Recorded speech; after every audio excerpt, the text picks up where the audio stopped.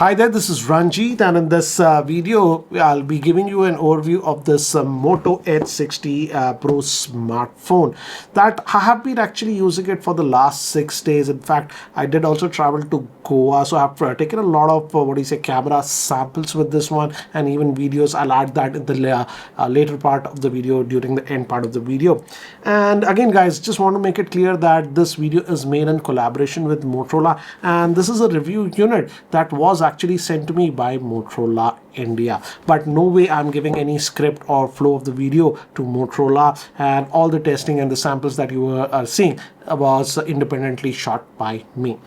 So this is what it comes inside the box. So this is what it is, and if you look at the back, it says that it has Dolby stereo, of course, Dolby stereo speakers that we are having. Also it has high-res audio. That means if you have some high-end headphones that have that higher codecs like LDAC etc., that is actually supported on this one. And also it says Corning. This is now having a Corning Gorilla Glass 7i on the same. And apart from this, in the box we also get a 90-watt charger in the box and a USB Type-C to Type-C cable. Sadly, there is no actually case inside the box, so that's what we get.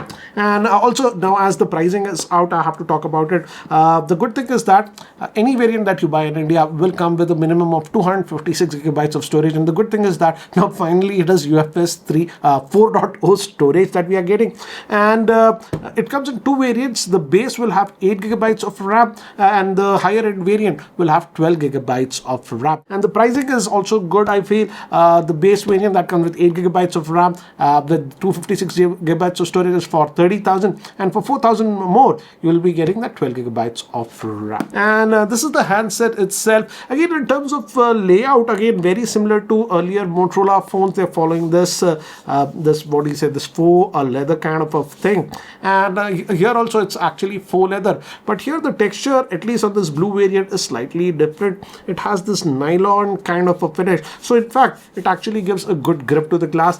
And if you do this again, you get that sound. So again, in terms of grip, it's having a nice grip. And again, the big highlight of this smartphone, I have to say, is the camera and the improved processor that we are getting. I'll talk about all the details later on. Again, camera is a big focus. I was actually way impressed with the camera performance of this one. In fact, it actually beats a lot of smartphones that cost a lot more, I feel, in the camera department. In fact, my wife was having a foldable smartphone, flagship foldable smartphone that costed more than 3 times this one. But when I was in Goa, she was preferring taking photographs with this one. Anyways, coming to the layout of the smartphone, again it has that quad curved edges, but this time the bezels are even thin. I would say very thin on this one, and it's a 6.7 inch AMOLED POLED screen that we are getting. Again, of course, it has that in-display fingerprint scanner and all these things, and the screen quality is actually good. Even in hot sun, when I was taking photographs, the screen is adequately bright. That we call the high brightness mode. It can go up to 1400 nits sustained, so that's actually good. So even in outdoor situation, the screen is visible. But they claim that in peak HDR, it's 4500 nits. But nevertheless, I would say it's easily visible. I would say in fact, it can actually get pretty bright. Let me just lower the brightness. Again, in terms of UI, it's that typical Motorola new UI that you're getting. You have the toggles over here, and we'll talk about that later. And again, this is as expected, that 120 hertz screen that you are getting, 120 hertz refresh rate that you're getting. Also, the screen quality in terms of accuracy, it's good. It's supporting the DCI-P3 gamut. So again, if you're doing some color accurate work, then also it's good. But by default, what I've noticed is that the screen is set to those punchier colors. If you go to the settings and if you go to the display, by default it is set to vivid, which most of you will like that punchy colors. But if you are into some color critical work like photography etc., just put it to natural, then you will get those accurate colors. In fact, the screen is also Pantone validated and also has some additional good features like DC dimming etc. Now it's coming with a very big battery, but still it's actually very very slim and just weighs 186 grams. This is now having a 6000 milliamp hour battery thanks to that silicon carbide battery.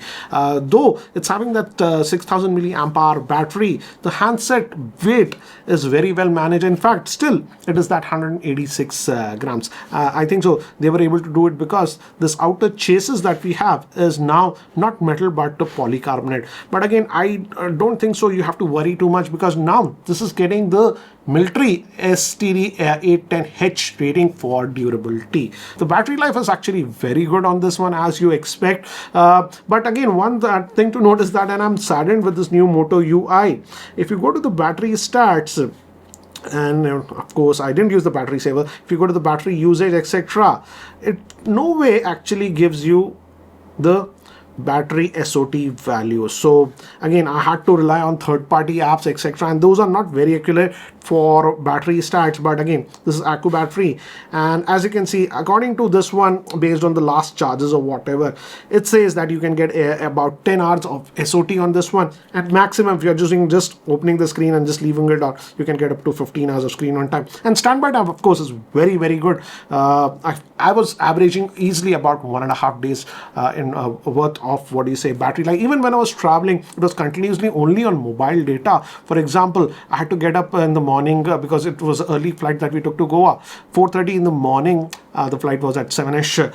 So it was off the charger at from 4:30 in the morning, completely on mobile data. And at the end of that day, about 11 o'clock when we were sleeping, it still had 30% battery life. And of course, when you're on holiday, you'll be taking a lot of snaps, using GPS, etc. So that way, I would say the battery life is actually very good on this smartphone. And in terms of charging also, with the supplied charger that you are getting, it will charge completely in about 55 minutes. The good thing is that, of course, this is a fast charger that you're getting, but even if you have a normal PD charger, again, it also can be charged with PD charging. It supports that PD charging standard 3.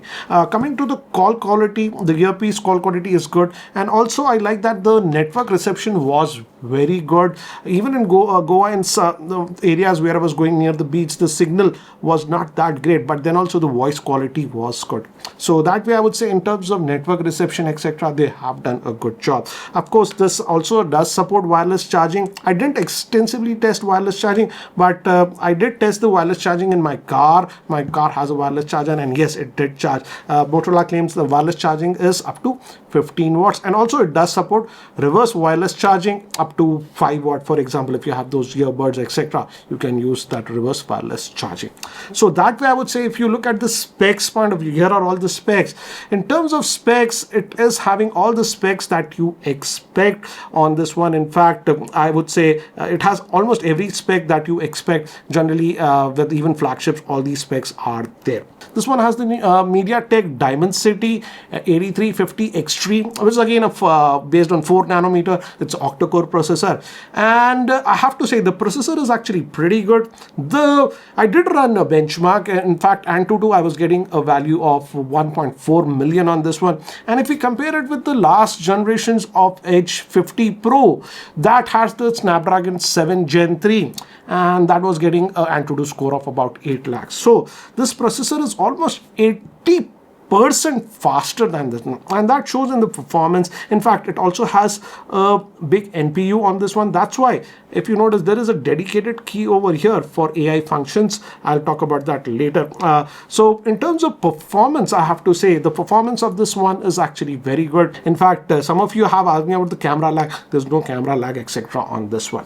So that way, I would say the processor is good. Also, it does have a big vapor chamber, and during my regular usage when I was in Goa for a couple of days, I didn't play games, but I was heavily using the phone for regular stuff, GPS, taking cameras. Again, the phone did not heat up bit. I'm not a big gamer, guys. I did play Call of Duty a little bit for about half an hour, and during that, this got slightly warm, but no way hot. So I think so. The bigger vapor chamber that they are putting on this one is also making a big difference. Regarding the Android updates, out of the box, this comes with Android 15, and Motorola is telling we'll get next 3 Android upgrades and 4 years of security upgrades. So that is what it is regarding the same.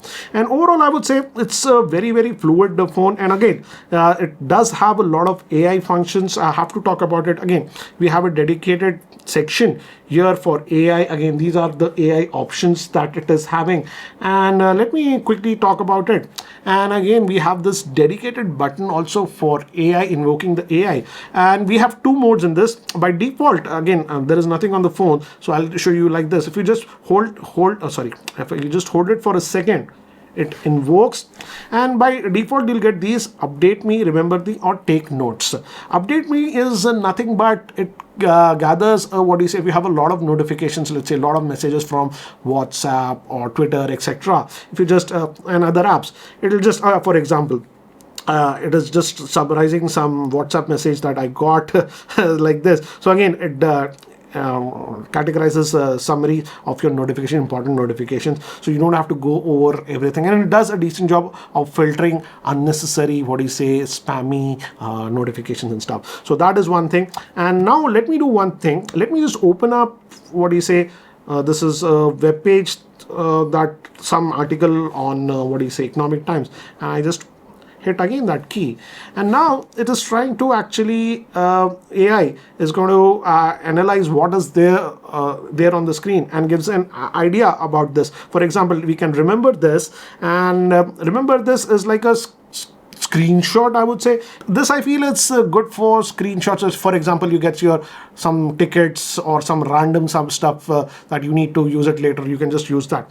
But apart from this, if you notice now with this article, it is also showing me some other options. For example, first let's see, this article is a big article, I read it, but I want a little bit more information, and I feel this is good for people who are doing research work or whatever. This is very easy. Just hit this explore with the perplexity, and this is built in, and now it gives you a little bit more info about that article, and beside that, what is happening. So this is a great way. For example, what are the strategies? I want to know what is happening. So now if I click this will open in Perplexity and give you a lot more information. So this is a big time saver if you are doing some research work, etc. I would say the built-in option that we have, it's actually good. But apart from that, let's just go back to that article again, and I'll hit this AI button, and okay, hit that, and I'll hit this more actions option, and here we have a few more options. You can actually create a sticker out of this one. It is actually pretty good, and generate images, Apple, whatever it's based on whatever subject. For example, let's create a sticker for this article or whatever, and now it will try to create a sticker based on what the story is. And yes, it does take 15-20 seconds, and Motorola was telling that as this has a decent NPU, it actually can do a lot of processing locally on the smartphone. And as you can see, it has created some stickers. In fact, it actually does a pretty good job. Let me show you the gallery. I was playing around with this one. If I go to photos and if I go to collections on this device, as you can see in the image studio, it actually created this image. So these can be we can also create our avatars, etc. I did this. You can just upload your image and ask it to create an avatar, and as you can see, it did actually a pretty good job, unlike many of the AIs which make your face look too cartoony that it's not recognizable. So these are the things. And again, these were I was reading some tax article, and I told it to create a image like this, and as you can see, it did actually pretty good stuff. So these are some of the stuff that we have with AI. And apart from that, of course, if I click over this again, and if I go to more actions, we also have the image studio on this one, which you can just type in whatever and it creates an image. Apart from that, also we have a playlist studio. For example, let's say it's trying to create a playlist on whatever you want. For example, I'll say create a music. I'll just say music, energetic music for evening. It can also understand the context and create it, but I'm just doing this. And now the AI will actually create a playlist for us. And in fact, it has if you have Amazon Music, it will actually send that playlist to Amazon Music, and you can directly, and as you can see, it has now created this. I don't know. Yeah, you guys let me know what you, and I can just click this, open with Amazon Music, and it's now going to create this playlist and send it to Amazon Music where you can play it. As you can see, it's now opening Amazon Music, and not, and this is the playlist that it has created. So again, these are some of the new AI features that we are having on this one. So interesting job that Motorola is doing. But apart from this, I would say you all have all the other Motorola features that you expect, like family spaces, Moto Secure. Even if you have other Motorola devices, you can have that Smart Connect and all those things. And again, if you're new to Motorola, you can use this to customize. And apart from that, again, traditional Moto stuff like chop for opening the flashlight twist and all those things are there. It also has the in-display fingerprint scanner, and as you can see, it works well. It's slightly on the bottom side. I got used to it, but yeah, in terms of accuracy, it's working well. Now coming to the UI, again, it's very close. Again, left you have the Google pane, but again, you also have the news feed option in this one, and this also pulls news feeds I would say from Todoba, but if you don't want it, you can actually disable it. So that's what it is. But one thing I noticed is that there were a lot of extra games. For example, this bot stored Bubble, Candy Crush, there was one more game, Guess Thief, and one more that were pre-installed. Apart from LinkedIn was also pre-installed. So again, Motorola is adding these extra games to this one, which I personally don't like. But I think so they wanted to price this smartphone below 30,000 even without bank offers. But you guys let me know what do you feel about the same. The main camera is a Sony Lightyear 700C with optical image stabilization. Next we have a 50 mega, again this is also 50 megapixel, that's ultra wide camera, but again this also has autofocusing, so that's why it can also do macro. And the third camera is actually a 3x zoom camera, that is a 10 megapixel, but with AI it says you can go up to 50x, but we can get pretty good shots up to 20-25x. And the front camera again is also a 50 megapixel shooter. And one thing that I noticed is that many people were asking me that shutter lag and the processing lag that we used to have is actually not there on this smartphone. As you can see, we took that photograph and it's processed quickly. So like this I can take pictures and it does that processing very quickly. Another thing that I noticed and I liked about this one is that, and it's a big improvement, is that in night when you are taking photographs, not only this phone, many of the smartphones, when you hit the shutter, there is a delay of 1 second or something like that. Here, the delay even in night shots is one of the lowest that I have noticed.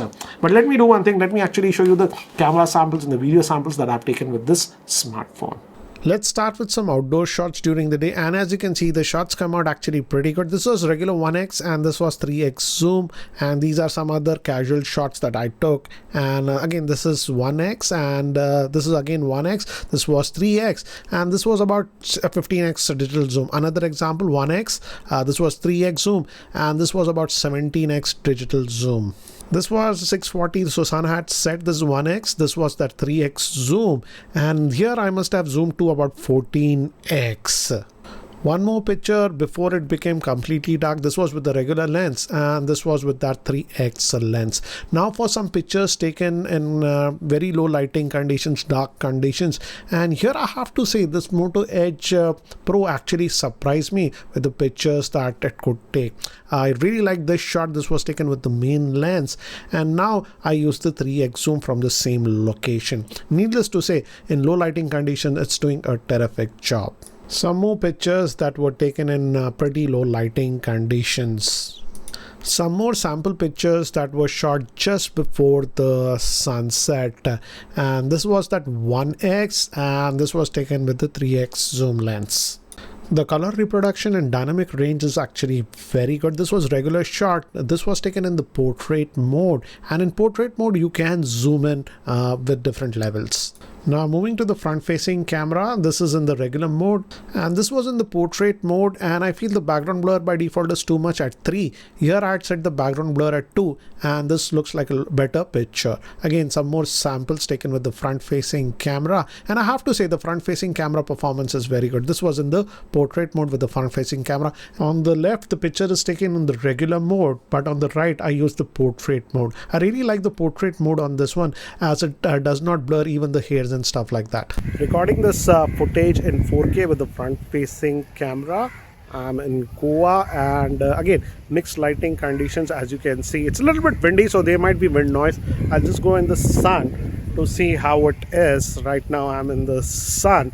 Let me move to a shadowed area to give you an idea how it handles that abrupt exposure and stuff. So this is a very quick sample recorded with the front facing camera. Shooting this video with the rear facing camera, and I've set it to actually 4K 30 FPS, and we can zoom in. Now I'm just at the 3x optical zoom, and I'll just come back to 1x, and this is ultra wide, so you can move between all the focal lengths while shooting the video with the rear facing camera. So guys, this is the Motorola Edge 60 Pro smartphone, and it starts at rupees 30,000. What do you feel about the same? Frankly speaking, I have to say this is a very good upgrade. I would say if you compare it with even the last generation, the processor, that the Dimensity 8350 is actually pretty fast. It's a very good processor. I also like the fact that now we are getting 256 GB of storage with UFS 4.0 storage, and the RAM also has been upgraded to LPDDR5x RAM. Hence, the smartphone is a lot more capable, I would say, and also the built-in AI features are something that can be useful. And also, don't forget that massive 6000 milliamp hour battery that we are getting for this one. So at 30,000, I feel this is a very strong smartphone from Motorola. But what do you guys feel about this Motorola Edge 60 Pro? Do let me know in the comment section below. Anyways, guys, that's it for now. Thanks for watching. This is Ranjit, and I hope to see you in my next video. Take care, guys.